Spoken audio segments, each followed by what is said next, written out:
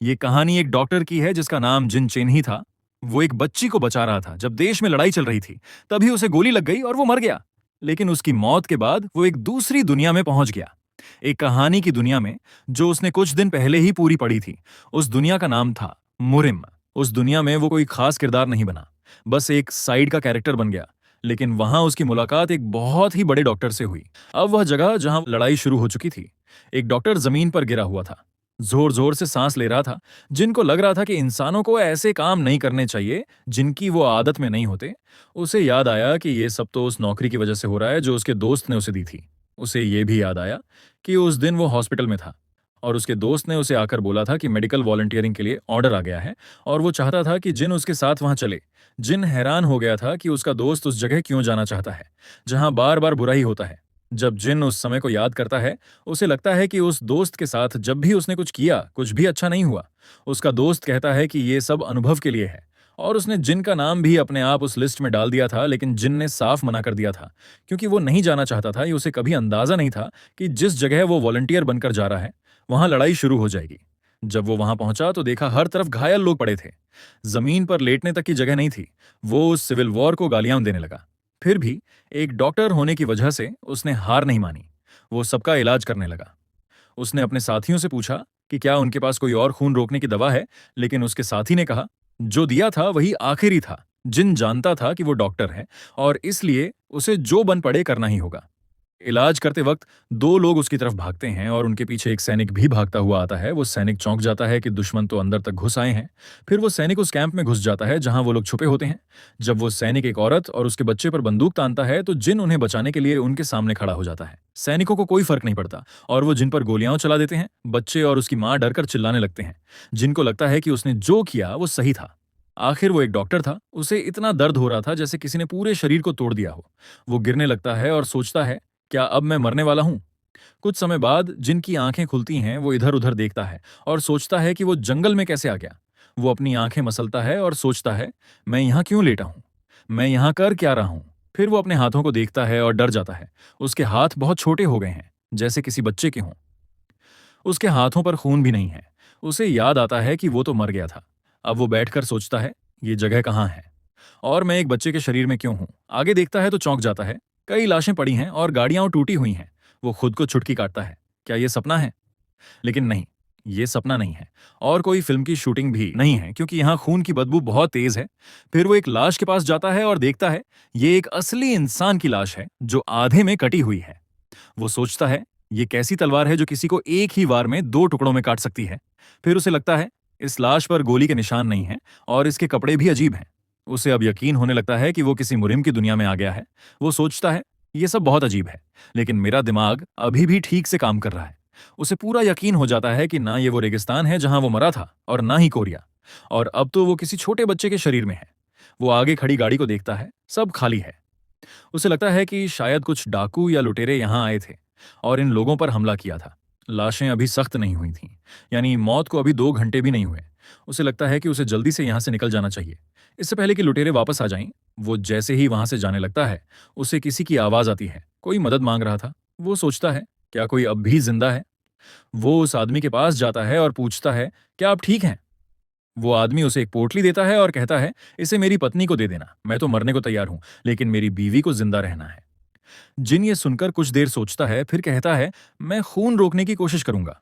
वो उस आदमी के जख्म को देखता है। जख्म बहुत बड़ा था, लेकिन अंदरूनी अंगों को नुकसान नहीं हुआ था। ये किस्मत की बात थी, लेकिन खून बहुत बह चुका था। जिनको पता होता है कि अब उसे पट्टी बांधने के लिए कुछ चाहिए। वो उस पोटली को खोलकर उसमें कुछ काम की चीजें ढूंढता है। अचानक उसे एक सुई मिलती है। वो अपने बाल तोड़ता है और उसे धागे की तरह इस्तेमाल करता है। उसे पता था कि साफ सफाई की कोई उम्मीद नहीं है। फिर भी वो सुई में बाल डालता है और आदमी से कहता है, थोड़ा दर्द होगा, लेकिन सहना पड़ेगा। जैसे ही वो टांके लगाना शुरू करता है, आदमी दर्द से कराहने लगता है। कुछ देर बाद जिन उस जख्म को पूरी तरह सिल देता है और सोचता है, अच्छा हुआ, ये हो गया। आदमी उसका शुक्रिया अदा करता है, लेकिन जिन कहता है, इससे ज्यादा मैं कुछ नहीं कर सकता। साफ सफाई का ध्यान नहीं रख पाया, हो सकता है तुम्हें इन्फेक्शन हो जाए। जिन भगवान में विश्वास नहीं करता, लेकिन उसे उस आदमी की इच्छा पर यकीन होता है। एक पति जिसकी पत्नी गर्भवती है और जो उसका इंतजार कर रही है, वो पोटली में पड़े सारे सिक्के और जूते भी वापस रख देता है। उसे उम्मीद है कि वो आदमी बच जाएगा। थोड़ी देर बाद जिन और जख्मी लोगों का इलाज करता है उसे बहुत थकान महसूस होती है। वो सोचता है कि पिछली जिंदगी में जब वो बड़ा था तब भी ये सब करना मुश्किल था। अब तो वो एक बच्चे के शरीर में है। वो चारों तरफ नजर डालता है और सोचता है शायद अभी कुछ और लोग जिंदा हों। फिर वो आसपास खोजबीन करने लगता है और उसे लगता है कि ज्यादातर लोग मर चुके हैं, लेकिन कुछ की सांसें अभी भी चल रही हैं। जिन सोचता है कि वो उन्हें पहली मदद तो दे सकता है, लेकिन उसके पास कोई और मदद नहीं है। अगर ऐसा ही चला तो सब एक एक करके मर जाएंगे। ये सोचकर वो गुस्से में आ जाता है। फिर वो सोचता है ये सब बाद में सोचूंगा, अभी तो बस उन्हें बचाने की कोशिश करनी है। वो पूरी जान लगाकर उनका इलाज करने लगता है, क्योंकि वो एक डॉक्टर है।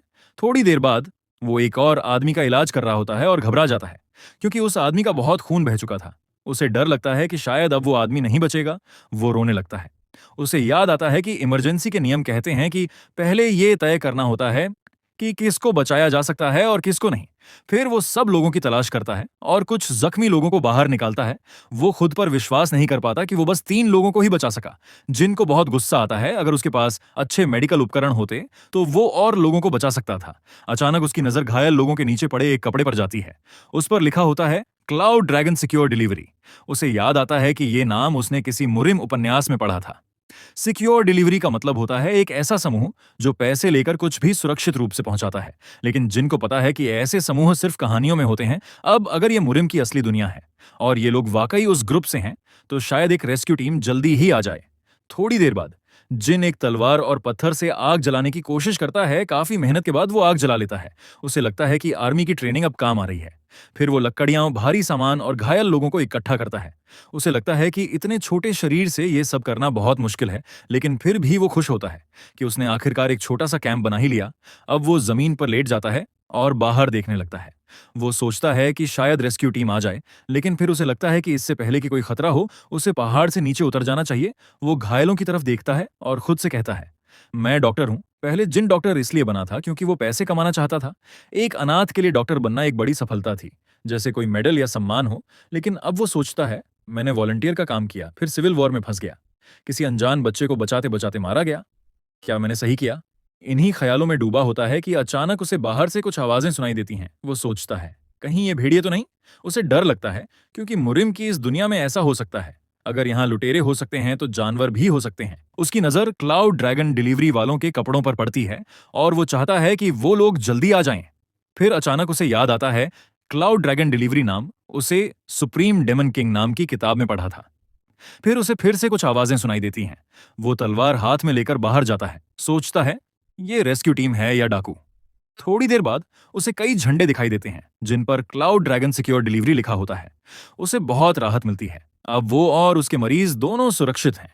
कुछ समय बाद वहां कुछ गाड़ियां पहुंचती हैं और जिन उन्हें देखकर हैरान रह जाता है। वो गाड़ियां किसी दवा की अलमारी जैसी दिखती थीं, बहुत अनोखी। उसे लगता है कि उसने कहीं इसके बारे में पढ़ा है।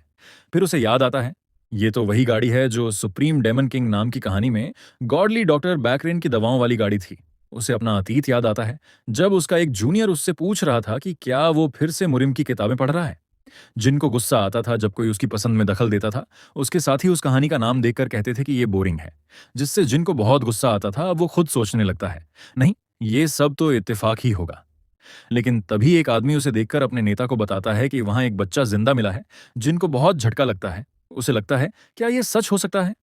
उसके हैरान होने के बीच एक आदमी जो बहुत बड़ा और ताकतवर दिखता है, उसकी तरफ आता है।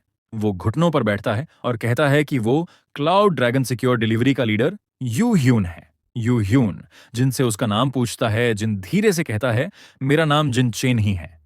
जिनको देखकर अच्छा लगता है कि ये आदमी दिखने में भले डरावना हो, पर है असल में बहुत अच्छा। यू ह्यून उसका नाम सुनकर कहता है, तुम्हारा नाम बहुत अच्छा है और इन हालातों में भी तुम कितने शांत हो, ये बहुत ही कमाल की बात है। फिर वो पीछे लगे टेंट की तरफ इशारा करके पूछता है, क्या तुमने ये टेंट खुद बनाया?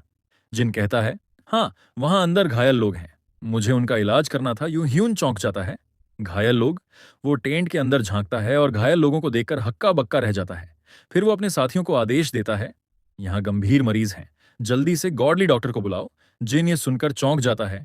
उसने गॉडली डॉक्टर कहा। उसे याद आता है कि जिस कहानी को उसने हाल ही में पूरा पढ़ा था, उसमें 3 महान डॉक्टरों में से एक था व्हाइट ड्रैगन गॉडली डॉक्टर, जिसका असली नाम था बैकरेन। उसके बाल सफेद थे, जैसे किसी सफेद ड्रैगन की परतें। वो पुरुष होते हुए भी इतना सुंदर था कि लोग उसे देखकर रुक जाते थे। जिनको पूरा यकीन हो जाता है, ये वही मुरिम की कहानी है। वो याद करता है कि सुप्रीम डेमन किंग नाम की किताब में जब क्लाउड ड्रैगन डिलीवरी ग्रुप पर हमला होता है तो गॉडली डॉक्टर बैकरेन ही कहानी के असली हीरो यो रेउन को बचाता है। उसके बाद बहुत कुछ होता है और फिर किताब के दूसरे भाग में जाकर वही डॉक्टर एक बीमारी के कारण मर जाता है। जिनको अब भी विश्वास नहीं होता कि वो डॉक्टर उसकी आंखों के सामने खड़ा है। अब जब वो डॉक्टर मरीजों की नब्ज चेक कर रहा होता है, वो जिनके लगाए टांकों को देखकर हैरान हो जाता है। फिर वो अपने लबादे से एक डिब्बा निकालता है, उसमें से कॉटन निकालता है और फिर मंत्र पढ़ते हुए इलाज शुरू करता है। यू ह्यून घबरा कर पूछता है, बैकरेन, क्या लीडर वू और मिस्टर गोंग सुन बच पाएंगे? बैकरेन पीछे देखता है और कहता है, पहले मुझे ये बताओ कि इन जख्मों का इलाज किसने किया?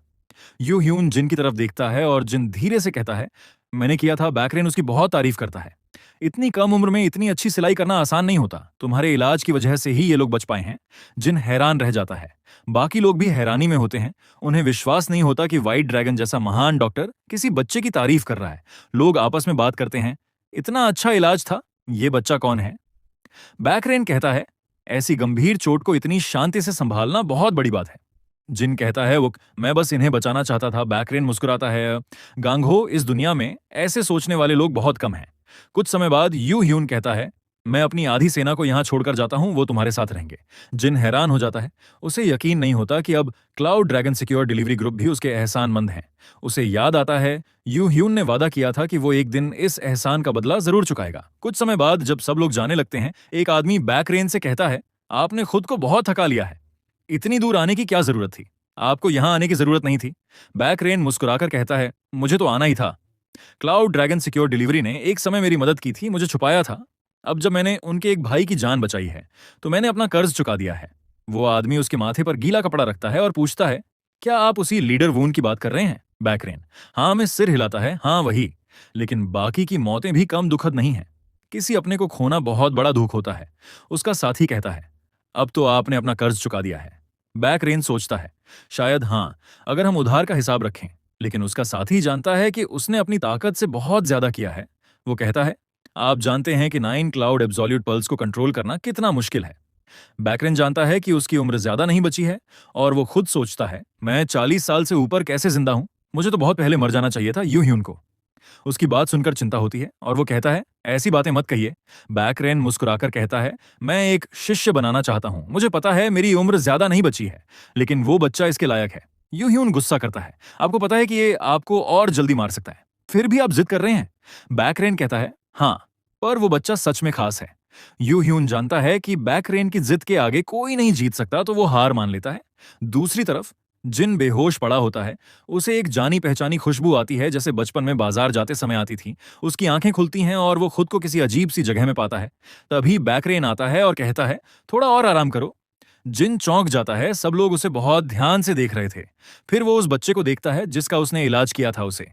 बाकी दो घायलों की चिंता होती है और वो पूछना चाहता है कि वो कहाँ है। बैकरेन कहता है, ये क्लाउड ड्रैगन सिक्योर डिलीवरी का बेस है। वो आगे बताता है कि तुम पूरी यात्रा में बेहोश ही थे, इसलिए हमने तुम्हें कुछ नहीं कहा। जिन उसे नजदीक से देखता है और सोचता है, ये तो किसी सेलिब्रिटी जैसा दिखता है और ये मुझसे इतने अच्छे से बात कर रहा है। उसे अजीब लगता है कि इतना बड़ा डॉक्टर उससे इतनी इज्जत से बात कर रहा है। बैकरेन कहता है, अगर तुमने उस समय तुरंत इलाज न किया होता तो सबकी जान चली जाती। तुम्हारा इलाज ही उनकी जिंदगी की सबसे बड़ी उम्मीद थी। जिनको बहुत राहत मिलती है जब वो सुनता है कि सब लोग अब ठीक हैं। बैकरेन बताता है, अब कोई बड़ी दिक्कत नहीं है। क्लाउड ड्रैगन और नोबल क्लान दोनों तुम्हारे एहसानमंद हैं। जिनको ये सुनकर और भी ज्यादा झटका लगता है। Nobel clan? बैकरेन पूछता है, क्या तुम्हें याद है जिन लोगों को तुमने बचाया उनमें एक लड़की थी जिसकी कमर पर तलवार बंधी थी? जिन हाँ में जवाब देता है। बैकरेन बताता है, वो लड़की नोबल क्लान की बेटी है और क्लाउड ड्रैगन सिक्योर डिलीवरी के साथ ट्रेनिंग कर रही थी। अगर तुम नहीं होते तो वो मर चुकी होती।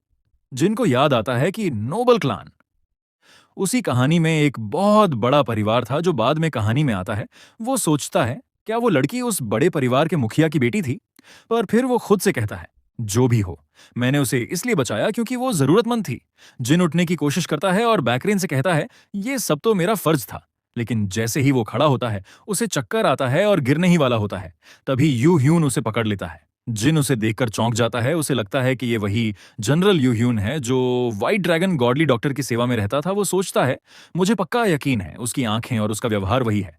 जिन कहता है, मैंने बस जितना कर सका किया। वहां खड़े सब लोग हैरान हो जाते हैं। सब सोचते हैं कि एक बच्चा इतनी गहरी बातें कैसे कर सकता है। बैकरेन एक डिब्बा निकालकर उसे देता है और कहता है, ये अंदर लेने वाली दवा है।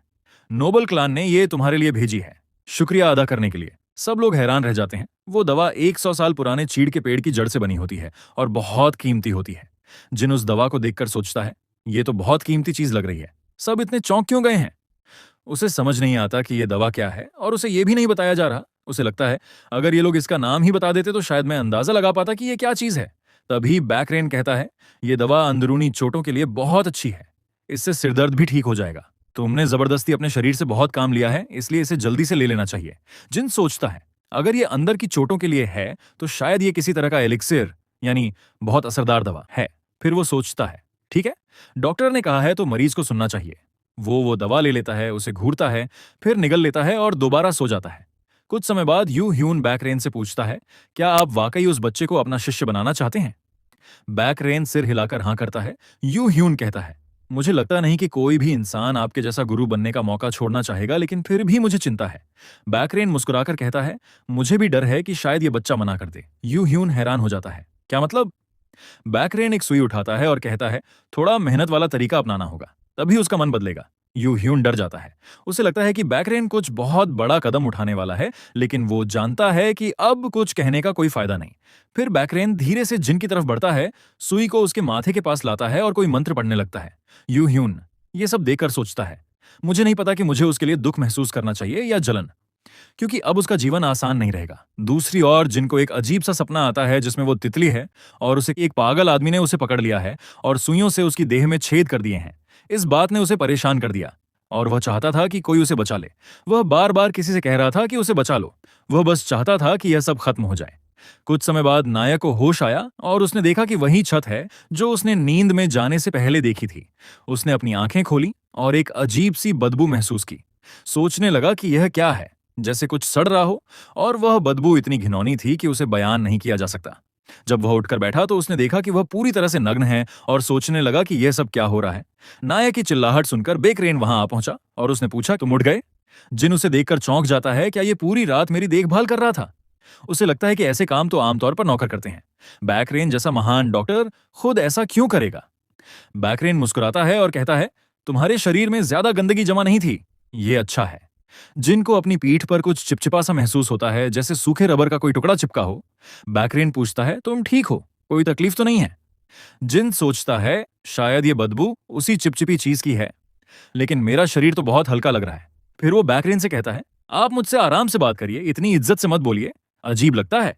वो बैकरेन को देखकर सोचता है, शायद इसी को लोग असली सुंदरता कहते हैं। बैकरेन हंसता है और कहता है, ठीक है, अब से मैं आराम से बोलूंगा। जिन खुश हो जाता है और कहता है, इससे मुझे अच्छा लगेगा। बैकरेन जब उसकी पीठ पर हाथ रखता है तो जिन पूछता है, ये मड्डी का क्या होता है? मुझे लगा था कि मैं अंदर की चोटों के इलाज के लिए यहाँ हूँ, बैकरेन समझाता है। जब मैं तुम्हारा इलाज कर ही रहा था तो साथ में हड्डी सुधारने की प्रक्रिया भी कर दी, क्योंकि मार्शल आर्ट्स सीखने से पहले ये करना जरूरी है। जिन ये सुनकर चौंक जाता है, उसे याद आता है कि मुरिम की कहानियों में बोन रिस्ट्रक्चरिंग यानी हड्डियां और शरीर को अंदर से शुद्ध करना एक बहुत ऊंचा इलाज होता है। इस प्रक्रिया से शरीर की सारी गंदगी, जहर और कमजोरी बाहर निकल जाती है। जिन खुश हो जाता, तो अब मेरा शरीर पूरी तरह साफ हो गया है। लेकिन फिर उसे याद आता है, बैकरेन ने कहा था कि अब वो उसे मार्शल आर्ट्स सिखाएगा। क्या मतलब? मुझे मार्शल आर्ट्स भी सिखाएंगे? तभी बैकरेन कहता है, अब तुम्हें साफ सफाई करनी चाहिए। फिर वो यू ह्यून को बुलाता है जो जिन को कपड़ा उड़ा देता है। जिन सोचता है, अगर ये बोन रिस्ट्रक्चरिंग बैकरेन जैसा महान डॉक्टर कर रहा है तो ये आम इलाज जैसा नहीं होगा। आखिर वो ये सब मेरे लिए क्यों कर रहा है? कुछ समय बाद जिन एक बड़े से गर्म पानी के तालाब में नहा रहा होता है। ये तालाब cloud dragon secure delivery group के बेस में था। बहुत आलीशान जगह थी, एकदम किसी राजा का घर लगे। जब बैकरेन ने कहा कि जिन इस ग्रुप का रक्षक बन गया है तो सबने उसे अपनी सबसे अच्छी सुविधा दी। यही स्नान घर भी उसी में से एक था। नहाने के बाद जिनको सिर में थोड़ा दर्द होने लगता है। जब भी वो ये सोचने की कोशिश करता है कि वो कौन है, कहां से आया है, उसके माँ बाप कौन है, या क्या वो कभी किसी ग्रुप से जुड़ा रहा है, तो उसका सिर तेजी से दुखने लगता है। वो सोचता है, शायद मेरी याददाश्त चली गई है। अगर मैं ऐसे ही अनजान बना रहूं तो कोई मुझसे सवाल नहीं करेगा। थोड़ी देर बाद जब यू ह्यून बाहर जा रहा होता है तो वो जिन से कहता है, अगर तुम्हें कुछ चाहिए तो मुझे बुला लेना। जिन को लगता है ये नौकर कुछ ज्यादा ही सख्त है, लेकिन वो ठीक ही कर रहा है, क्योंकि अचानक एक अजनबी बच्चा आ जाता है और उसे व्हाइट ड्रैगन गॉडली डॉक्टर खुद इलाज करता है। कोई भी संदेह करेगा। वो पानी में दुबक कर सोचता है, अब मेरा शरीर तो एक बच्चे का है, पर दिमाग अभी भी बड़ा है। पिछली जिंदगी में मैं किसी को बचाते हुए मरा था और अब किसी को बचाकर जिंदा हूं। वो सोचता है, अगर उस दिन मुझे कोई और मिल गया होता, जैसे डाकू या भेड़िए, तो मैं मर गया होता। उसके पुराने जीवन की यादें एक एक करके उसके जहन में लौट रही थीं। वो एक ऐसा जीवन था जिसमें कोई परिवार नहीं था, न रिश्तेदार, न कोई प्यार करने वाला, लेकिन फिर भी उसने पूरी ताकत से वो जिंदगी जी। अब उसे समझ नहीं आता कि इस नई जिंदगी को कैसे जिए। और यू ह्यून ने बताया था कि उस बच्चे के बारे में जानने वाला कोई भी जिंदा नहीं बचा, सबको डाकुओं ने मार डाला। वो याद करता है कि ये लोग सीओ की तरफ जा रहे थे और वही जगह है जहां डेमन फोर्सेस की शुरुआत होती है। उसे याद आता है किताब में यही लिखा था कि कहानी का हीरो योहा रेउन डेमन फोर्सेस को सीओ के जरिए ज्वाइन करता है। फिर वो सोचता है, और मैं तो इस कहानी में एक बिना नाम वाला एक्स्ट्रा किरदार हूं जो पहले ही पेज पर सिर में गोली खाकर मर जाता है। मैं अनाथ हूं जिसके पास कुछ भी नहीं था, ना घर, ना परिवार, ना कोई सपना। मैंने हमेशा दूसरों के लिए जिया। शायद अब मेरी बारी है कि मैं खुद के लिए जी पाऊं। अगर मुझे परिवार चाहिए तो मुझे पैसे कमाने होंगे, और ये मुरिम की दुनिया है जहां जान की कोई कीमत नहीं। तो अगर मुझे जिंदा रहना है तो मुझे ताकतवर बनना पड़ेगा। वो आईने के सामने खड़ा होता है और खुद से कहता है, मेरे पास ना दौलत है ना ताकत, लेकिन मुझे आने वाले समय की जानकारी है और डॉक्टर की जरूरत हर जगह होती है। थोड़ी देर बाद वो तैयार होकर यू ह्यून के पास जाता है। यू ह्यून उसे देखकर हैरान होता है, क्या ये वही बच्चा है? कितना बदला बदला सा लग रहा है। फिर वो कहता है, चाय घर में तुम्हारे लिए गर्म चाय तैयार है, चलो मेरे साथ। जिन चुपचाप उसके पीछे चलता है। यू ह्यून को लगता है इस बच्चे में तो बिल्कुल भी काई, मतलब इस दुनिया की ऊर्जा नहीं है, और इसका मार्शल आर्ट्स का स्तर तो मुरिम के बाकी बच्चों से भी नीचे है। मेरे मास्टर बैकरेन ने कहा था कि इसकी स्किल्स काफी हैं, लेकिन मेरी नजर में ये अभी बहुत पीछे है। अगर ये वाकई मेरे मास्टर का शिष्य बना तो उसके जीवन के बचे हुए दिन और कम हो सकते हैं। जिन देखता है कि यू ह्यून बहुत शक की नजर से उसे देख रहा है, उसे अपने इंटर्नशिप के दिन याद आ जाते हैं जब लोग ऐसे ही तिरछी नजरों से देखा करते थे। बाद में जब वो चाय घर में बैठता है तो उसे कुछ मिठाइयां और नाश्ता दिया जाता है, लेकिन वो सोचता है, इतनी खातिरदारी क्यों हो रही है? जरूर कोई वजह है। फिर उसे याद आता है, कहानी में तो व्हाइट ड्रैगन गॉडली डॉक्टर ने किसी के लिए बोन रिस्ट्रक्चरिंग प्रोसीजर कभी नहीं किया था। क्या उसने मेरे लिए ऐसा इसलिए किया क्योंकि उसे कुछ महसूस हुआ? अगर ऐसा है तो बात बहुत गंभीर है। उसे याद है, उस इलाज में बहुत ज्यादा इनर काई की जरूरत होती है, और बैकरेन तो खुद अपनी बीमारी को इनर काई से दबा रहा था। जिनको समझ आता है, अगर उसने मेरे लिए ये इलाज किया है तो शायद उसी वजह से वो कहानी की शुरुआत में ही मर गया था। ये छोटी बात नहीं है। किसी और के लिए खुद को कुर्बान करना बहुत बड़ा कदम होता है। वो सोचता है, मुझे इस डॉक्टर को बचाना है। मुझे सब कुछ याद है, कहानी भी और आधुनिक मेडिकल साइंस भी। शायद मैं कोई रास्ता निकाल सकूं। लेकिन तभी उसकी नजर उस मिठाई पर जाती है। उसे शक होता है, ये बिस्किट, क्या ये काई डिस्पर्सिंग पॉइजन तो नहीं? वो समझ जाता है, ये तो डेमन क्लान की चाल हो सकती है। वो लोग किसी को जासूस बनाकर भेजते हैं, इन लोगों को नशे का आदी बना देते हैं, फिर हमला करते हैं और सबको मार डालते हैं। वो सोचता है, अब मुझे यकीन करना होगा और इन बिस्किट्स को खाना होगा। शायद उनमें से कोई जहरीला निकले, तभी मैं उन्हें दिखा पाऊंगा कि यहाँ खतरा है। ये जहर दिखता नहीं, ना रंग होता है, ना गंध। इसका पता तो सिर्फ असर से ही चलता है। अब मुझे खुद ही गिनी पिग बनना पड़ेगा। पिछली जिंदगी में भी मैं अपने साथियों पर टेस्ट करता था, अब बारी मेरी है। तरक्की किसी भी कीमत पर हो, तरक्की ही होती है जिन थोड़ा रुकता है, फिर धीरे धीरे वो बिस्किट उठाता है और उसे मुंह में रखता है। वो सोचता है कि अब वो ऐसा दोबारा नहीं होने देगा। जब वो खा ही रहा था तभी बैकरेन कुछ लोगों के साथ वहां आ गया। जिन चौंक गया। वो सोचने लगा कि वो कौन है जो फूस की टोपी पहने हुए है। देखने में वो कोई औरत लग रही थी। वो औरत उसके पास आई और उसके सामने झुककर शुक्रिया अदा किया। उसने कहा कि उसे बताया गया था कि उनका बहन लड़के की वजह से ही बचा है। अगर वो नहीं होता तो बहन नहीं बच पाता। इसलिए उस कुलीन महिला मो ने वादा किया कि वो इस मदद का बदला जरूर चुकाएगी। वहां मौजूद सब लोग सोचने लगे कि शायद वो महिला गोंग्स ह्यून ही है, जो यहाँ अपने छोटे कजिन सुनियोंग से मिलने आई है। जिन उससे बोला कि उसे इसकी चिंता करने की जरूरत नहीं है, उसे तो बस खुशी है कि वो किसी की मदद कर सका। वो महिला मुस्कुरा दी और ये जानकर खुश हुई कि वही यहाँ का नेता है और एक महान डॉक्टर भी। उसने साफ कहा कि उनका पूरा खानदान इस मदद को कभी नहीं भूलेगा। मुख्य लड़का थोड़ा शर्मिंदा हो गया क्योंकि वो बार बार उसकी तारीफ कर रही थी। जिन उससे बोला कि उसकी जगह कोई और होता तो वो भी यही करता। अचानक उस लड़के को कुछ याद आया।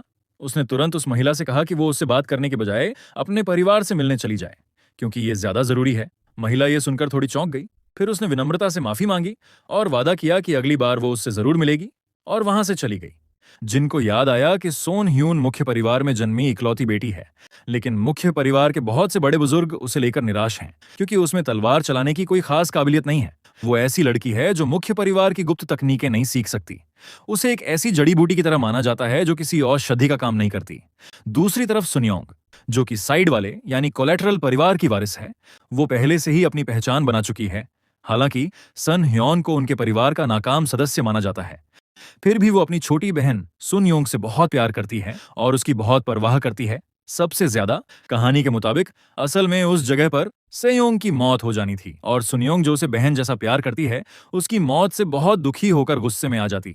उसे बाद में पता चलता कि यह सब मुख्य परिवार के एक बुजुर्ग का प्लान था जो चाहता था कि सुनयोंग ही कुल की अगली वारिस बने और इसी बहाने वो एक भयानक नरसंहार करवाना चाहता था। इस तरह चिन्ही ने भविष्य में होने वाले बड़े खून खराबे को रोक दिया। जिन सोचने लगा कि अगर इस कहानी को उपन्यास के हिसाब से देखें तो ये लगभग पहले भाग का प्रस्तावना यानी प्रोलॉग ही लगता है, जहां एक सफेद ड्रैगन जैसा दिव्य चिकित्सक राक्षस राजा हरायुन का इलाज करता है। यही वो दृश्य है जहां सब कुछ घटता है, साजिश भी यहीं शुरू होती है और जिसे अगर वो नहीं रोक सका तो शायद उसकी जान भी जा सकती है। उसी समय यू ह्योन को यह देखकर राहत मिलती है कि जिन अब पहले से बेहतर लग रहा है और अब उससे थोड़ी बातचीत भी कर सकता है। लेकिन अचानक जिन खांसने लगता है, जिससे यू ह्योन घबरा जाता है और पूछता है, क्या तुम ठीक हो? फिर वो जानना चाहता है कि कहीं उसकी तबीयत अभी पूरी तरह ठीक नहीं हुई क्या। जिन समझाता है कि दरअसल चाय पीने से उसकी गले में थोड़ी खुजली हो रही है, इसलिए खांसी आ रही है। बीन ये सुनकर मुस्कुराने लगा, लेकिन चिन्ही को थोड़ी चिंता हो गई। उसने सोचा कि भले ही उसे एक दिव्य इंसान माना जाता है, लेकिन वो अब भी एक मार्शल आर्ट्स का योद्धा है और इसी वजह से वो इतनी बारीक बातें समझ पा रहा है। जिन फिर से बोला कि पता नहीं क्यों लेकिन ये चाय उसकी गले में खुजली करवा रही है। बैकरेन ये सुनकर चौंक गया, क्योंकि उस चाय से ऐसा बिल्कुल नहीं होना चाहिए था। फिर उसने पूछा, क्या तुम बुरा नहीं मानोगे अगर मैं तुम्हारी नाड़ी चेक कर लूं? जिन ने हामी भरी और उसे इजाजत दी कि वो उसकी नाड़ी जांच ले। बैकरेन ने अपना हाथ उसकी ओर बढ़ाया। जैसे ही उसने छुआ, मुख्य लड़का थोड़ा चौंक गया, क्योंकि उसे कुछ गुदगुदी सी महसूस हुई। लेकिन उसे अब तक काई या भीतरी काई के बारे में कुछ पता नहीं था। उसे बस ऐसा लगा कि कुछ नर्म सा उसकी शरीर के अंदर जा रहा है। बैकरेन ने उसकी नाड़ी जांची और समझ गया कि उसके अंदर की काई पूरी तरह बिखर चुकी है। जिन चौंका और यू ह्योन भी ये सुनकर हैरान रह गया कि उसकी अंदर की काई बिखर गई है, क्योंकि उसके हिसाब से तो ये लड़का कभी मार्शल आर्ट सीखा ही नहीं। बीन ने समझाया कि असल में वो औषधि की जो गोली दी गई थी वो कोलिन परिवार की तरफ से भेजी गई थी और जब उसने उसकी हड्डियां फिर से जोड़ी थीं, बोन रिस्ट्रक्चरिंग प्रक्रिया की थी, तब उसने बहुत थोड़ी सी भीतरी काई भी उसके अंदर डाल दी थी। हालांकि वो बहुत कम मात्रा में थी, लेकिन अगर ऐसा न किया गया होता तो उस बच्चे के शरीर की सारी काई धीरे धीरे बाहर निकल जाती। इसलिए बीन ने उसके अंदर थोड़ी सी काई डालकर एक आधार बना दिया ताकि आगे भविष्य में वो इसका इस्तेमाल कर सके। यू ह्योन को ये सुनकर बहुत हैरानी हुई कि बोन रिस्ट्रक्चरिंग जैसी प्रक्रिया भी हुई थी। इस तरह से एक ऐसा बच्चा जो मार्शल आर्ट्स नहीं जानता, उसमें दवाओं को अब्सॉर्ब करने की क्षमता बढ़ाई जा सकती है। बीन अब परेशान हो गया, क्योंकि अगर ये बात बाहर निकल गई तो उसके घर के बाहर लोगों की भीड़ लग जाएगी। सब अपने बच्चों के लिए भी वही इलाज करवाने की भीख मांगेंगे। उसने समझाया कि वो cloud dragon secure delivery service का बहुत बड़ा कर्जदार है और अगर उसे सही याद है तो उसके पोते ने भी मार्शल आर्ट सीखना शुरू कर दिया होगा। यू ह्योन हंसने लगा और बोला कि वो तो बस बीन की जबरदस्त डॉक्टर जैसी काबिलियत से बहुत प्रभावित है। बैकरेन कुछ बोल नहीं पाया, लेकिन वो बीन की बहुत तारीफ कर रहा था। जिन सोच रहा था कि सफेद ड्रैगन जैसे दिव्य डॉक्टर से तो ऐसी ही उम्मीद की जा सकती है, वो तो लीडर के पोते को भी ध्यान में रखता है। और उसने मन ही मन सोचा कि बीन सच में इस दौर का सबसे नेक और सच्चा डॉक्टर है। थोड़ी देर सोचने के बाद बेरिन ने कहा कि उसके अंदर की बिखरी हुई काई का कारण शायद काई बिखेरने वाला जहर हो सकता है। यू ह्योन ये सुनकर चौंक गया और सोचने लगा कि आखिर कौन ऐसा होगा जो इस बच्चे को ऐसा जहर खिलाएगा, क्योंकि cloud dragon secure delivery service तो कभी अपने उद्धारकर्ता के साथ ऐसा व्यवहार नहीं कर सकती।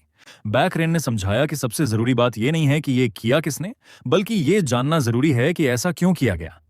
फिर उसने याद करते हुए कहा कि जो खाने पीने की चीजें उस बच्चे को दी गई थीं, वही चीजें तो वहां के बड़े अफसरों और शानदार योद्धाओं को भी दी जाती हैं।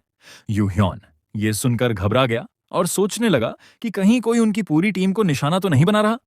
बीन ने तुरंत आदेश दिया कि उस चाय और बिस्किट को फेंक दिया जाए और अपने सभी सैनिकों को तैयार रखा जाए, क्योंकि ये हमला हो सकता है। यू ह्योन सोचने लगा कि अगर ये हमला है तो सिर्फ शुरुआत है, क्योंकि पूरे कैंप को जहर देना अपने आप में एक बड़ी साजिश है। वो तेजी से वहां से निकल गया और सबसे माफी मांगी, क्योंकि उसकी मंशा ये नहीं थी कि उस लड़के को उनकी परेशानियों में खींचा जाए। उसने कहा कि वो खुद इस मामले को संभालेगा। वो बाहर गया और अपने आदमी से कहा कि मैनेजर को बुलाया जाए। उसका आदमी बोला, जी अभी बुलाता हूं। बीन रिन ने जिन की तरफ देखा और पूछा, क्या तुम्हें काई बिखेरने वाले जहर के बारे में कुछ पता है?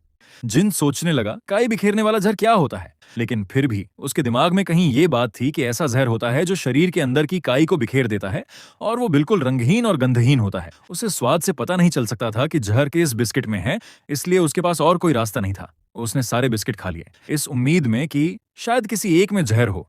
उसके लिए उस जहर से प्रभावित होना जरूरी था। वैसे भी बहुत समय हो गया था जब वो खुद को मानव प्रयोग का विषय यानी इंसानी गिनी पिग बनाता था, क्योंकि दवा और इलाज कुर्बानी से ही बनते और बढ़ते हैं। पीछे मुड़कर देखे तो उसने अपने कई सीनियर सहयोगियों को भी इंसानी गिनी पिग बना डाला था, ताकि वो नसें ढूंढने की प्रैक्टिस कर सके। वो मुस्कुरा दिया, क्योंकि तरक्की चाहे छोटी हो या बड़ी, तरक्की ही होती है, तो जाहिर है वो जहर जरूर खाएगा। बैकरेन उसे देख रहा था और सोच रहा था, चाहे वो जहर केवल काई को ही बिखेरे, जहर तो जहर ही होता है, तो फिर ये बच्चा उसे खुद से क्यों खाएगा। उसने फिर कहा कि अगर जांच के बाद कुछ भी मिलता है तो cloud dragon secure delivery service को बचाया जाएगा, लेकिन उसका श्रेय बीन को नहीं बल्कि चिन्ही को जाएगा। उसे ये सोचकर बुरा लगा कि वो एक मासूम बच्चे पर इतना दबाव डाल रहा है, लेकिन उसके पास और कोई चारा नहीं था। इसलिए उसने चिन्ही से कहा कि जब ये सब खत्म हो जाए तो वो उसके साथ बैठकर थोड़ा बात करे। जिन बहुत खुश हो गया, उसे लगा कि ये तो पैसे उगाने का एक बेहतरीन मौका है।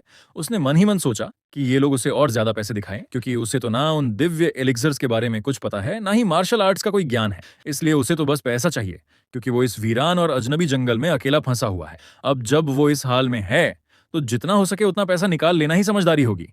उसे तो ये तक याद नहीं कि वो कहां से आया है या उसका परिवार कौन है। तो अगर ऐसा बेरुखा और खुद से कटा हुआ इंसान भी किसी के काम आ गया तो उसके लिए बस इतना ही काफी है। और यही सोचकर सब हैरान भी रह जाते हैं। चिन्ही ने सोचा कि उस पर जो असर हुआ है वो उसकी उम्मीद से कहीं बेहतर निकला। शायद उसकी हालत देखकर ऐसा लग रहा है। यू ह्योन ने कहा कि उसे फिक्र करने की जरूरत नहीं, भले ही दिखने में कमजोर लगे, लेकिन वो खुद cloud dragon secure delivery service का लीडर है, और क्योंकि वो जिन जगह का उद्धार करता है वो उसे निराश नहीं होने देगा। बैकरेन ने लीडर को रोकते हुए कहा, आपको ऐसा करने की जरूरत नहीं है।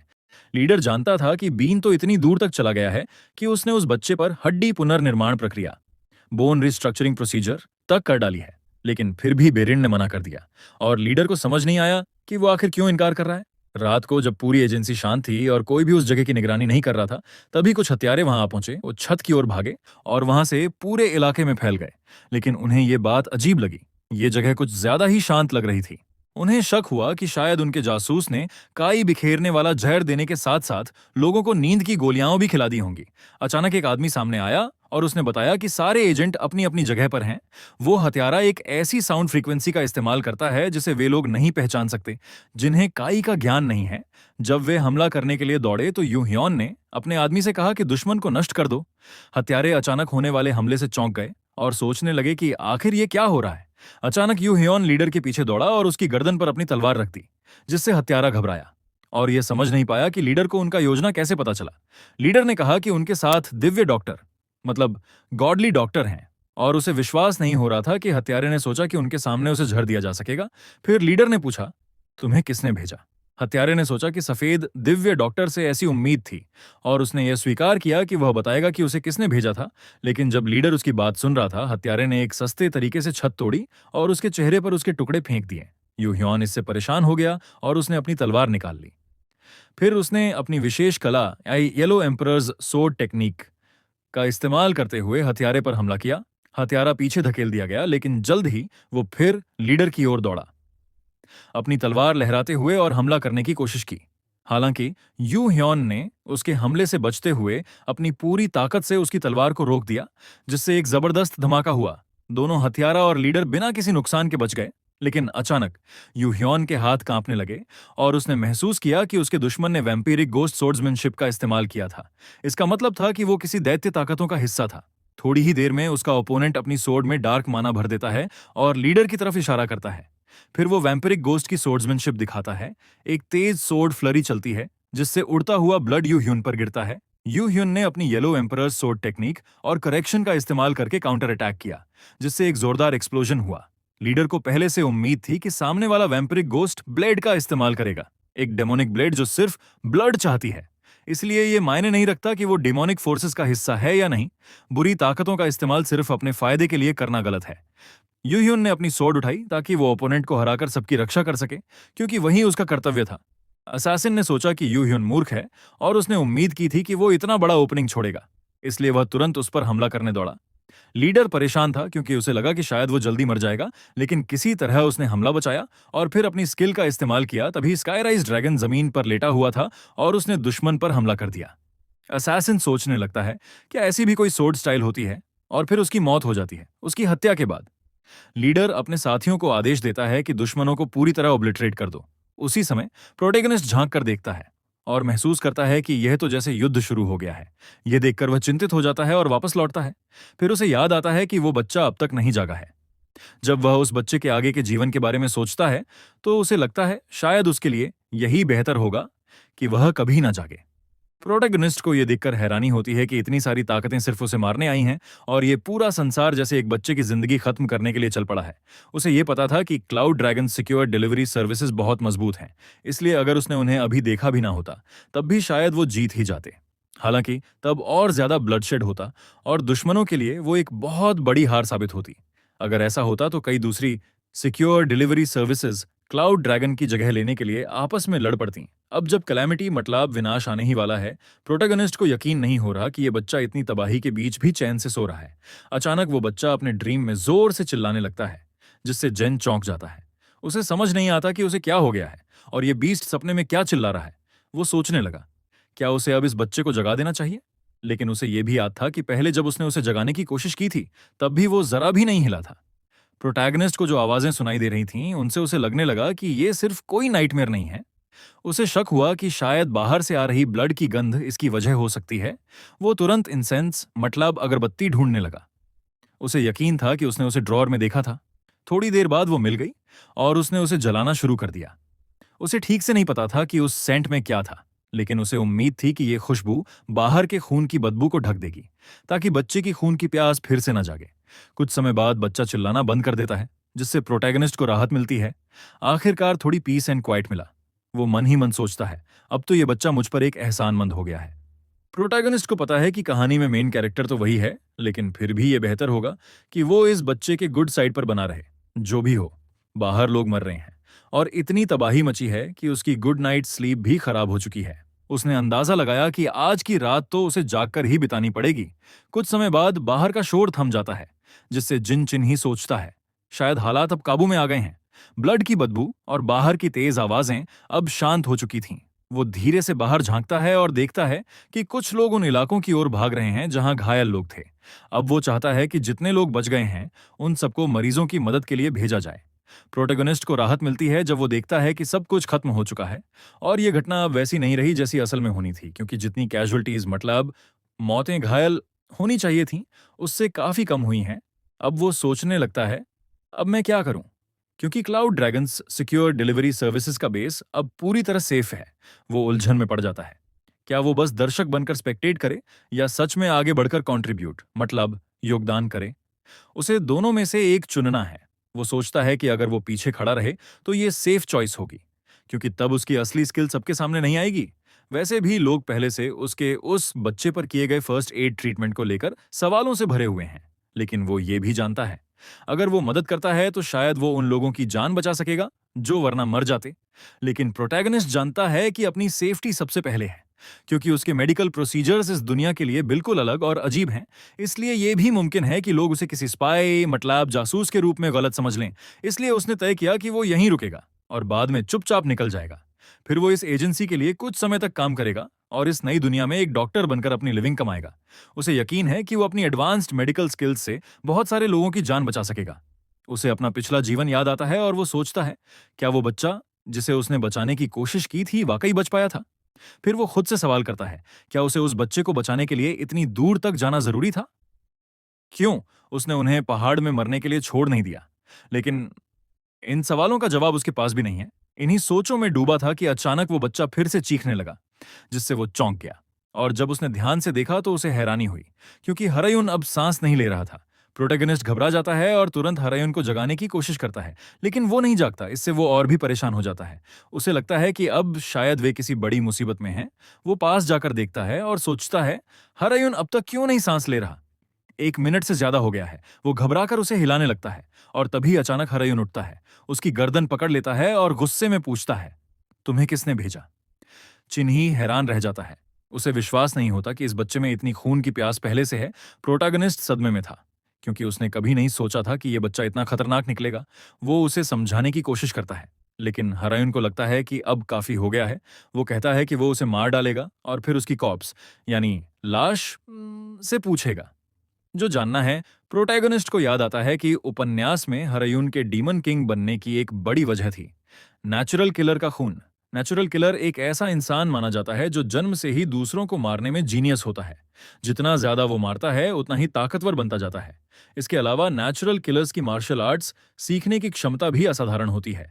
वो किसी से भी तेज और खतरनाक बन जाते हैं। कहा जाता है कि ये लोग इतने खतरनाक होते हैं कि जैसे खुद स्वर्ग ने उन्हें हत्यारा बनाकर भेजा हो। नेचुरल किलर्स के पास जितनी जबरदस्त पोटेंशियल होती है, उतनी ही खतरनाक उनकी एक कमजोरी भी होती है।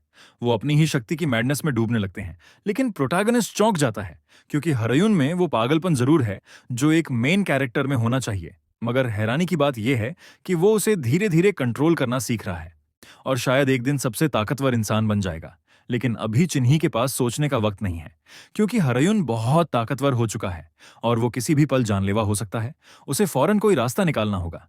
वो चारों तरफ नजर दौड़ाता है और एक कैंडल देखता है। फिर सोचता है कि शायद इसका इस्तेमाल किया जा सकता है। वो मोमबत्ती बेड पर फेंक देता है, जिससे आग लग जाती है। आग की लपटें देखकर हरयुन थोड़े शांत हो जाते हैं। प्रोटैगनिस्ट सोचता है, क्या ये फ्लेम्स हैं जिनसे उसकी मैडनेस शांत हो रही है, या फिर ये नेचुरल किलर की वो पागल तासीर है जो किसी वजह से बदल रही है।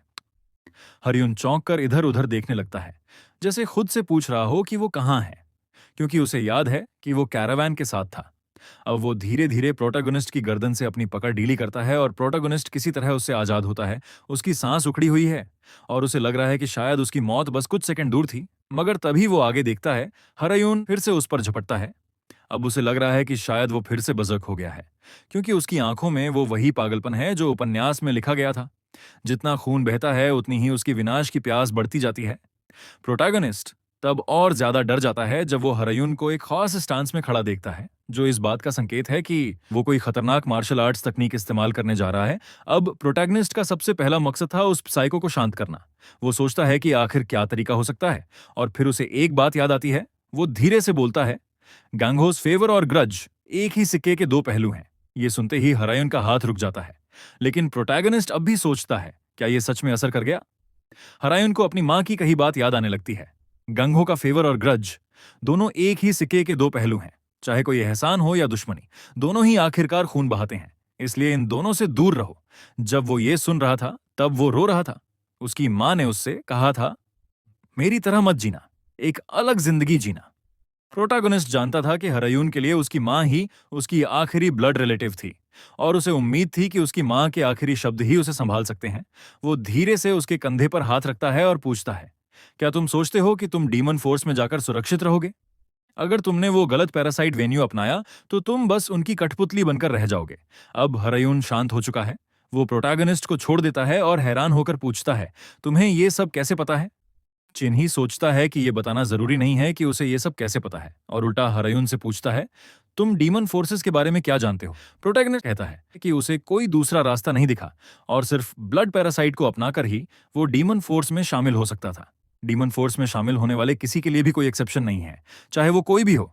ब्लड पैरासाइट असल में एक ऐसा परजीवी होता है जो शरीर के अंदर रहकर उसे धीरे धीरे खा जाता है। जिस इंसान के शरीर में यह होता है, उसे हर 10 दिन में डीमन फोर्स द्वारा दी जाने वाली मेडिसिनल बॉल खानी जरूरी होती है। अगर समय पर यह मेडिसिन बॉल ना ली जाए तो वो परजीवी शरीर के अंदर अंडे डाल देता है और फिर वो अंडे शरीर के अंदर एक्सप्लोड हो जाते हैं और इंसान की दर्दनाक मौत हो जाती है। प्रोटैगनिस्ट अब सीधे हरायुन से पूछता है, अगर मैं तुम्हें यह कहूं कि इस ब्लड पैरासाइट को शरीर से निकालने का एक तरीका है, तो तुम क्या करोगे? हरायुन चौंक जाता है। वो गंभीर होकर पूछता है, तुम कौन हो और तुम्हें यह सब कैसे पता है? प्रोटैगनिस्ट कहता है, इससे फर्क नहीं पड़ता कि वो कौन है या उसे ये सब कैसे पता है, मुद्दा ये है कि उसे पता है। हरयुन को क्या चाहिए? हरयुन उससे पूछता है, क्या तुम भी चर्च के पीछे हो? क्या तुम भी उसी से जुड़े हो? प्रोटैगनिस्ट चौंक जाता है। लगता है हरयुन उसे 8 ग्रेट डिमोनिक क्लैंस के किसी सदस्य से भ्रमित कर रहा है। ये अजीब नहीं है, क्योंकि उन क्लैंस के लोग अक्सर मिशन पर होते हैं और छिपकर काम करते हैं। प्रोटैगनिस्ट समझता है कि अभी सफाई देने का कोई फायदा नहीं और बस इतना कहता है, क्या यह बात अपने आप में काफी नहीं है कि एक छोटा बच्चा उस वैगन में अकेला था, बिना किसी बड़े के साथ? हरयुन कुछ भी समझ नहीं पाता। प्रोटैगनिस्ट एक लकड़ी का लट्ठा उठाकर दरवाजा बंद कर देता है। अब हरयुन हैरान होकर पूछता है, तुम क्या कर रहे हो? प्रोटैगनिस्ट गंभीर होकर जवाब देता है, उम्मीद है इससे तुम्हें फैसला करने में मदद मिलेगी। तभी बाहर कोई आवाज लगाता है, कोई अंदर है क्या? धुआं और आग दोनों तेज हो रहे हैं। वहां एक मरीज भी था। रेस्क्यूअर्स दरवाजा पीटने लगते हैं और कहते हैं, जल्दी दरवाजा खोलो। मगर प्रोटैगनिस्ट उनकी बातों को नजरअंदाज करता है और सीधे हरयुन से पूछता है, क्या तुम मेरा हाथ थामोगे या फिर मरना पसंद करोगे?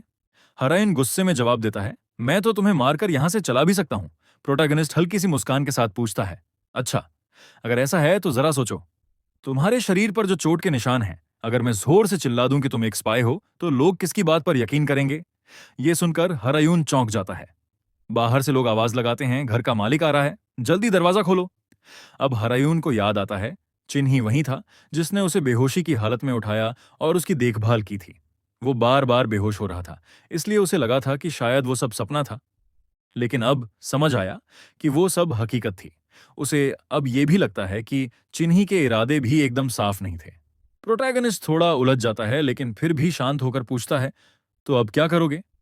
वो ये नहीं कहना चाहता था कि उसे नहीं पता था कि हरायून ही वो डीमन किंग है, और उसने बस उसे इसलिए बचाया क्योंकि वो एक मरीज था जिसकी जान बचाना जरूरी था। वो बस कहता है, कमरे में थोड़ी ही देर में हवा भर जाएगी, धुआं और ऑक्सीजन की कमी की वजह से, इसलिए जल्दी फैसला कर लो।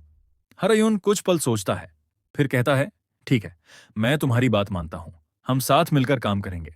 प्रोटैगनिस्ट हैरान रह जाता है, उसने सोचा भी नहीं था कि वो हयून का यह चेहरा देखेगा, ऐसा चेहरा जो अभी तक किसी का खून बहाए बिना भी इतनी शांति और गंभीरता लिए था।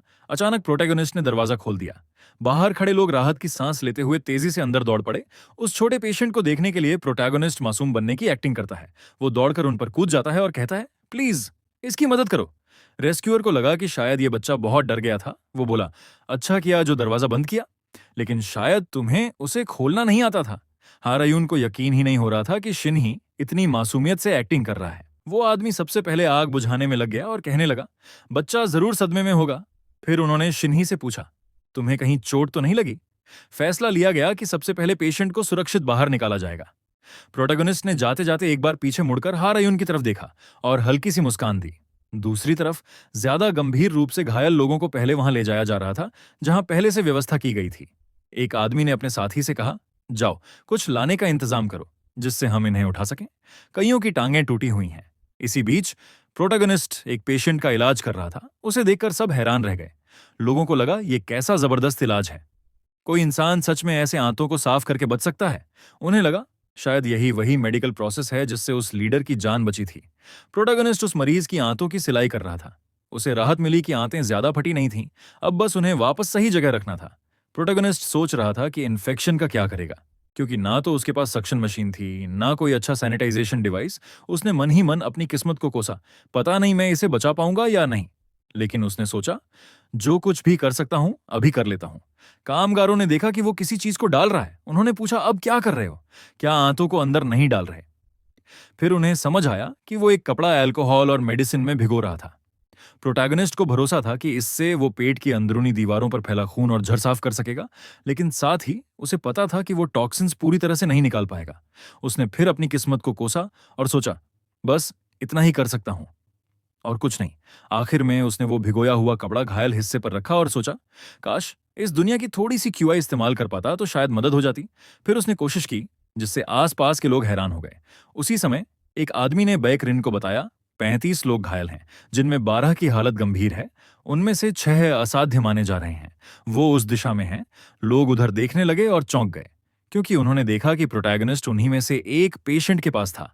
इधर प्रोटैगनिस्ट अगले मरीज को देखकर चिंतित हो गया, क्योंकि उसकी लंग्स फट गई थीं।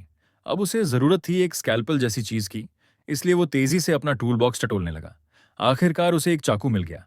थोड़ा बड़ा था, लेकिन इसी से काम चलाना था। चारों ओर खड़े लोग हैरान थे, क्या वो सच में उसी डैगर से कुछ करने जा रहा है? प्रोटैगनिस्ट ने गुस्से में सबको डांटा, खड़े मत रहो, जल्दी से मरीज को पकड़ो। सबने तुरंत हामी भरी। फिर उसने आदेश दिया, जल्दी से उसे सोक करो। उसे याद आया कि गांग हो में एक बेहतरीन तरीका होता है जिसे कहते हैं प्रेशर ब्लॉटिंग। बस खून बहना रोकने से ऑपरेशन की सफलता की संभावना काफी बढ़ जाती है। वो यही करने की कोशिश कर रहा था, तभी एकदम से कोई उसके सामने प्रकट हुआ, एक रहस्यमयी हस्ती, व्हाइट ड्रैगन गॉडली डॉक्टर। वो उसके हाथों की हरकतों को देखकर बोला, क्या यही तरीका है? चौंक गया। उसने सबको बताया, अब मैं इसे निकालने वाला हूं, सब लोग मरीज को कसकर पकड़ें। सबने हामी भरी। प्रोटैगनिस्ट ने धीरे से डैगर पकड़ा और खींच लिया।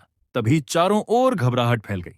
फेफड़ों से खून बहता जा रहा था, रुक ही नहीं रहा था। बैक रिन ने यह देखा और पूछा, क्या खून बहना ही असली समस्या है? फिर वो बोला, एक सेकंड, उसे रोको। उसने युओ को बुलाया, जो तुरंत वहां आ गया। प्रोटैगनिस्ट सोच में पड़ गया, इसे क्यों बुलाया गया? तभी युओ ने अपनी वॉइड कंट्रोल नामक स्किल का इस्तेमाल किया। जिससे खून को एक जगह इकट्ठा किया जाने लगा। यो की स्किल वैसी ही थी जैसे साइकोकिनेसिस, जिससे वो चीजों को हवा में उठाकर खींच सकता था। बीक रिन ने पूछा, क्या ये काफी होगा? प्रोटैगनिस्ट ने हामी भरी, लेकिन वो हैरान रह गया। क्या सच में वो ऐसा कर सकता है? वो सोच रहा था, मैंने कभी अपनी आंखों से ऐसा नहीं देखा था। पर फिर उसने खुद को संभाला। ये समय हैरान होने का नहीं है, मुझे अब ये हिस्सा अलग करना है। उसे याद आया, पिछले जीवन में आपातकालीन विभागों में मदद करने का अनुभव अब बहुत काम आ रहा था। प्रोसीजर पूरा करने के बाद उसने जख्म सिल दिया और राहत की सांस ली। कुछ समय बाद लीडर वार्ड में पहुंचे और पूछा, कितने गंभीर रूप से घायल लोगों को बचाया गया? स्टाफ ने बताया, कुल 7 लोग गंभीर रूप से घायल थे, 2 तो बच नहीं सकते थे। बाकी 5 को इलाज मिला, लेकिन उनमें से भी 2 की अभी मौत हो गई। यूयुन ने बीक रिन का शुक्रिया अदा किया और कहा, तुम्हारी कोशिशों की वजह से कई कीमती जानें बच गईं। बीक रिन ने कहा, चिंता मत कीजिए, मैं आखिर तक साथ रहूंगा। फिर वो चिन्ही की तरफ देखने लगे और बोले, इस लड़के के इलाज करने के कौशल वाकई में गजब हैं। नेता ने सहमति जताई, क्योंकि उसे भी ऐसा लग रहा था जैसे वह सपना देख रहा हो। बैकरेन नायक के पास आया और विश्वास नहीं कर पाया कि वह सो गया है, जबकि कुछ समय पहले तक वह पूरी तरह से जाग रहा था। लेकिन यह समझना आसान था, क्योंकि वह रात बहुत थका देने वाली रही थी। इसलिए उसने युओं से कहा कि वह उसे एक आरामदायक जगह पर लिटा दे। उस दिन के बाद चिन्ही के योगदानों की चर्चा पूरी टुकड़ी में फैल गई और वह बातचीत और बहस का केंद्र बन गया। बाद में योद्धा आपस में किसी के बारे में बात कर रहे थे। उनका मानना था कि वह बहुत जिद्दी है, क्योंकि जब भी कोई उससे बात करने की कोशिश करता है तो वह कोई जवाब नहीं देता। इसके अलावा वह हर मौके पर आत्महत्या करने की कोशिश करता है, जिससे सभी योद्धा उससे परेशान हो गए थे। उन्हें यकीन नहीं हो रहा था कि वह ऐसा व्यवहार कर रहा है, जबकि उसकी सारी मांसपेशियां और नसें काट दी गई हैं। एक और योद्धा ने स्पष्ट किया कि उन्होंने हाउल कबीले से एक पेशेवर को बुलाया है, जो उसे बोलने के लिए मजबूर करेगा। एक अन्य योद्धा ने जोड़ा कि यह अफवाह है कि वह किसी कुलीन कबीले के युवा मालिक के पीछे पड़ा है, और चूंकि सुरक्षित वितरण सेवाएं कुछ भी विशेष नहीं ले जा रही, इसलिए यह बात काफी हद तक सच लगती है। इस बीच नायक सोच रहा था कि बच्चे के शरीर में होना कितना आरामदायक है, क्योंकि उसमें आसानी से कहीं भी गुस्सा या छुपा जा सकता है। जब वह खाना खा रहा था, तभी उसे पता चला कि मुख्य परिवार से सोन ह्यून उससे मिलने आया है। वहां मौजूद कुछ योद्धा आपस में चर्चा कर रहे थे। लगता है उसे अपने छोटे चचेरे भाई को जिंदा देखना बिल्कुल पसंद नहीं है, जैसे आंखों में कांटा चुभ रहा हो, लेकिन शक से बचने के लिए मजबूरी में मिलने आ रही है। नायक ये सब सुनकर हैरान रह गया। उसके मन में ख्याल आया, इन लोगों को जरा भी अंदाजा नहीं है कि वो क्या बकवास कर रहे हैं। सन ह्युन तो अपने चचेरे भाई से सबसे ज्यादा प्यार करती थी, लेकिन अफवाहें वाकई में डरावनी होती हैं। फिर एक योद्धा ने पूछा, वैसे वो बच्चा ठीक तो है ना? ये सुनकर नायक सोच में पड़ गया। क्या ये लोग मेरे बारे में बात कर रहे हैं? उस योद्धा ने कहा। उसके गले पर किसी के हाथ के निशान थे, लेकिन वो दुखी होते हुए भी ठीक लग रहा था। फिर उसने बताया कि जिन बच्चों के साथ वो सो रहा था, शायद उन्होंने कोई नाइटमेयर देखा होगा और घबराकर ऐसा कर दिया। एक और ने कहा, कभी नहीं सोचा था कि वो बच्चा चिन्ही के साथ ऐसा कुछ करेगा, जिसने उसके लिए और हमारे ग्रुप के लिए इतना कुछ किया है। अब सब सोच में पड़ गए, क्या ये हो सकता है कि चिन्ही जानबूझकर उस बच्चे को बचाने की कोशिश कर रहा हो? दूसरे ने कहा, पता लगाना मुश्किल है। चिन्ही अंदर से बहुत गहरे सोचने वाला है और दिल से बहुत नरम भी। नायक मन ही मन सोच रहा था, ये सब सोच रहे हैं कि मैं ही ग्रूम हूं। एक योद्धा ने कहा, हमारे नेता खुद बाहर गए हैं ऑइंटमेंट लाने के लिए, ताकि चिन्ही के गले पर जो निशान है वो ठीक हो सके। उसने आगे कहा, हालांकि पहले तो व्हाइट ड्रैगन गॉडली डॉक्टर ने ही इलाज किया था। उन्होंने कहा कि यह बच्चा किस्मत वाला है। ये सब सुनकर नायक चौंक गया। लोग तो यहां तक सोच रहे हैं कि शायद सन ह्यून ने अपने छोटे चचेरे भाई को मारने की साजिश की थी। उसके अंदर एक भारी बेचैनी उठी। कितनी जल्दी लोग किसी पर शक करने लगते हैं। बिना सच्चाई जाने उसे अच्छी तरह पता था कि सन ह्योंग कभी अपनी सफाई नहीं देगी। वो आखिरी दम तक चुप ही रहेगी, क्योंकि उसने सन योंग को ही अपने कुल का उत्तराधिकारी बनाने का फैसला किया था। शायद अब वो अपने साजिशी चचेरे भाई द्वारा की गई हत्या की कोशिशों की तह तक जाने की कोशिश कर रही है। इसी बीच जब वो चुपचाप बैठा खाना खा रहा था, हरयुन दरवाजा खोलकर गुस्से में अंदर आया और बोला, मैं सोच रहा था कि तुम कहां चले गए, पर आखिरकार तुम्हें ढूंढ ही लिया। दोनों एक शांत जगह चले गए। वहां हरयुन ने सीधा सवाल किया, तुम मुझसे चाहते क्या हो? नायक ने बहुत ही ठंडे स्वर में जवाब दिया, मसला यह है कि मैं तुमसे कुछ भी नहीं चाहता। यह सुनकर हरयुन चौंक गया। चिन्ही ने पूरी बात साफ की, जब तुम मरने की हालत में थे, मैंने तुम्हारा इलाज किया। उस समय मैंने काई डिस्पर्सिंग पॉइजन तक इस्तेमाल किया ताकि आक्रमण का अंदाजा लगा सकूं। उस सारा हंगामा और तबाही के बीच मैंने तुम्हारी देखभाल की, लेकिन बदले में मुझे कुछ नहीं मिला। अब हरयुन को गुस्सा आ गया। क्या तुम ये सब इसलिए कह रहे हो क्योंकि तुम मुझसे कोई सौदा करना चाहते हो? नायक शांत भाव से बोला, नहीं, अब मैंने मन बदल लिया है। मैं तुम पर भरोसा नहीं कर सकता। हरयुन ने पूछा, तो क्या ये काफी नहीं होगा कि मैं माफी मांग लूं? नायक ने कुछ पल सोचा और फिर कहा, आज से मुझे हयांग कहकर बुलाओ। हरायून सन्न रह गया। क्या तुम ये कह रहे हो कि हम सौगंध लेकर भाई बने? तुमने मेरी जान बचाई है, इसलिए ये मुझे कहना चाहिए, लेकिन अजीब लगेगा अगर मैं तुम्हें बड़ा भाई मानूं। चेन ही मुस्कुराया और बोला, इसमें अजीब क्या है? मैं उम्र में तुमसे बड़ा हूं, तो छोटा भाई कैसे हो सकता हूं? हयून बोला। तो फिर ऐसा करो, मुझसे लड़ाई करके मुझे हराओ। नायक को यकीन नहीं हुआ। क्या तुम वाकई एक ऐसे आम इंसान को मारना चाहते हो जो मार्शल आर्ट्स तक नहीं जानता? तुम्हें क्या मैं कोई कमजोर सिविलियन लगता हूं जिसे पीट कर साबित करना है कि तुम बहादुर हो? और मैं वही इंसान हूं जिसने तुम्हारी जान बचाई थी, तुम्हारे जख्मों का इलाज किया था। हरायन थोड़ा चिंतित हो गया। उसने रोकने की कोशिश की, लेकिन नायक ने मुस्कुराते हुए कहा, एक बार कोशिश करके मुझे हयांग कहकर तो बुलाओ। हयून को समझ नहीं आया कि ये आदमी चाहता क्या है। नायक ने कहा, क्या ये चाहता है कि मैं इसे पीटूं और फिर इसका छोटा भाई बन जाऊं? उसने सीधा कहा, ठीक है। हरायन को यह सब बकवास लग रहा था, लेकिन न जाने क्यों उसे ये बात सच भी लग रही थी। नायक तो माने ही नहीं रहा था। अब सब सोचने लगे कि इससे अच्छा है कि उसे ह्युंग कह दिया जाए। हरायून के पास अब कोई और रास्ता नहीं बचा। उसने धीरे से कहा, हयुंग। लेकिन नायक ने जोर देकर कहा, जोर से बोलो, अब गुस्से में, लेकिन मजबूरी में। हारयून ने ऊंची आवाज में कहा, ह्युंग। नायक की खुशी का ठिकाना नहीं था। वाह, क्या प्यारा छोटा भाई है। तुम्हें यह बात पहले ही बोल देनी चाहिए थी। उसी समय सुन्योंग ने यह सब देख लिया। वो उनके पास आई और बोली, तुम दोनों यहां क्या कर रहे हो? नायक ने मुस्कुराकर उसे ग्रीट किया। वो बोली, कैसे हो सेवियर किड? ये सुनते ही नायक थोड़ा चिढ़ गया। अब ये मुझे सेवियर क्यों कह रही है? इसका मतलब क्या है? सन योंग ने बताया कि वह अपने कजिन के लिए फूल इकट्ठे कर रही थी और उसे पता था कि प्रोटैगनिस्ट एक डॉक्टर है, इसलिए शायद वह मेडिसिनल हर्ब्स के बारे में कुछ जानता हो। प्रोटैगनिस्ट ने साफ किया कि उसने उनके बारे में कुछ नहीं सीखा है, इसलिए वह अभी तक उन्हें नहीं जानता। फिर भी उसने उससे मदद मांगी और प्रोटैगनिस्ट ने उसकी मदद करने की हामी भर दी। इस तरह वह डीमन किंग हायुन का स्वॉन ब्रदर बन गया और सन ह्यून और सियोंग के साथ बहुत बात करने लगा। सियोंग वह दयालु इंसान था जिसके साथ रहने पर प्रोटैगनिस्ट को ऊर्जा महसूस होती थी। जाने से पहले सुन्योंग ने उसे कुछ देना चाहा और कहा कि वह इसे साथ लेकर जाए। प्रोटैगनिस्ट ने उस चीज को देखा और सोचा कि यह क्या है। फिर उसे समझ आया कि यह एक ब्लैक पाइन क्लाउड सोर्ड है। यह एक अनब्रोकन प्रसिद्ध तलवार है जो रिनाउंड सोर्ड्स में से एक है और असैसिनेशन के लिए उपयुक्त है। क्योंकि इसका डार्क ब्लेड लाइट को रिफ्लेक्ट नहीं करता, वह इस तलवार की कीमत जानता था, इसलिए उसने बताया कि वह इसे स्वीकार नहीं कर सकता। सियोंग हैरान होकर बोली कि उसने अपनी लाइफ बचाने का डेट अभी तक चुकाया नहीं है। प्रोटैगनिस्ट ने स्पष्ट किया कि नोबल क्लैन ने पहले ही उसकी तरफ से यह कर दिया था, लेकिन उसने कहा कि वह केवल अपने परिवार की तरफ से रीइंबर्समेंट थी, खुद से नहीं।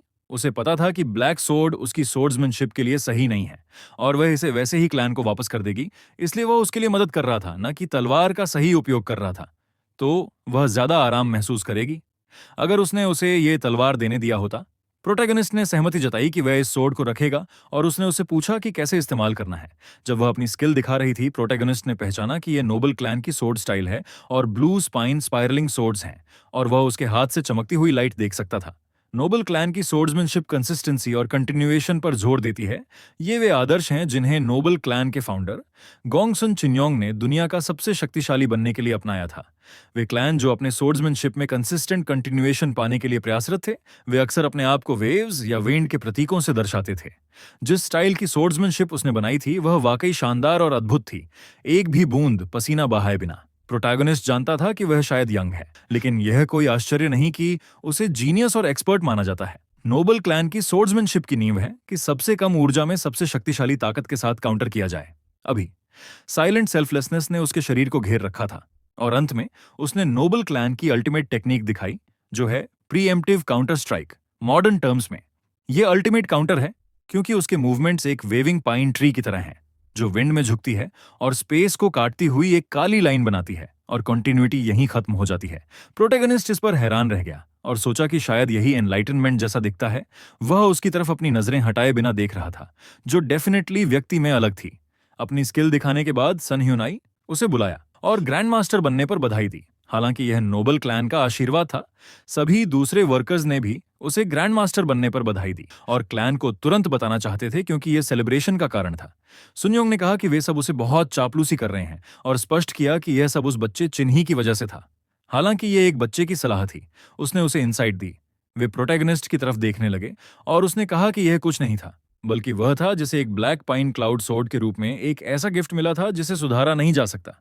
सन ह्योंग ने कहा कि वह आभारी थी कि उसने नोबल सोर्ड्समैनशिप टेक्निक में महारत हासिल की, जो अपने आप में अमूल्य है। जब वे बात कर रहे थे, सुयोंग को चक्कर आने लगे और वह बेहोश हो गई, जिससे सन ह्युन चिंतित हो गया। तो उसने अपने आदमी को मदद बुलाने को कहा और खुद उसकी मदद करना चाहता था। प्रोटैगनिस्ट जानता था कि यह कोई साधारण टेक्निक नहीं थी, बल्कि सेल्फलेसनेस की स्थिति थी जिससे एनलाइटनमेंट प्राप्त होती है। उसने अपने पूरे शरीर की ऊर्जा लगा दी थी।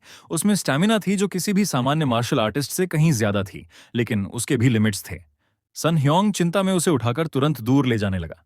प्रोटैगनिस्ट सोचता है कि जबकि नोबल क्लैन अपनी पूरी ध्यान सन योंग्स की रिकवरी पर लगा रहा है, वह हा रयून को ढूंढेगा। बाद में सिक्योर डिलीवरी सर्विस बेस के पास मार्केट प्लेस में प्रोटैगनिस्ट र्यून से पूछता है कि अगर उसके पास पैसे नहीं हैं तो वह भुगतान करेगा। र्यून समझाता है कि उन्हें बहुत अलाउंस मनी मिली है और एल्डर्स हाल ही में उसे हमेशा गिफ्ट्स देने के चक्कर में रहते हैं, इसलिए उसने कुछ खरीद लिया खाने के लिए। और हयुन को बताया कि उसका बड़ा भाई उसे ट्रीट कर रहा है, इसलिए उसे मजा करना चाहिए। हरायुन अनॉयड हो जाता है बिग ब्रदर सुनकर। प्रोटैगनिस्ट र्यून से पूछता है क्या बात है, क्योंकि वे मानते हैं कि वह बड़ा भाई है, जो कि एक बड़े भाई का काम है। लेकिन हरायुन हेजिटेंट है और चेन्ही सोचता है कि वह अभी पूरी तरह से इसे स्वीकार नहीं कर पाया है। आगे बढ़ते हुए प्रोटैगनिस्ट टंग हुलू को देखकर हैरान होता है, तो वह चाहता है कि हरायुन रुके, क्योंकि वह कुछ खरीदना चाहता है। हरायुन चिंता से उसे देख रहा था, लेकिन जब किसी ने उसके सिर पर मारा तो वह चौंक गया और उस आदमी को देखने लगा। जब प्रोटैगनिस्ट वापस लौटता है तो वह रियून के आसपास इतनी भीड़ देखकर चौंक जाता है और सोचता है कि क्या उसने फिर से कोई मुसीबत मोल ले ली है। प्रोटैगनिस्ट को चिंता होती है जब वह किसी को कहते हुए सुनता है कि ये लोग भी कम नहीं हैं, एक छोटे बच्चे से लड़ने चले आए। जब वो लोग उस पर हमला करते रहते हैं, रियून उनकी हर अटैक को डॉज कर लेता है और वो आदमी हैरान हो जाता है कि ये छोटा बच्चा ऐसा करने की हिम्मत कैसे कर रहा है।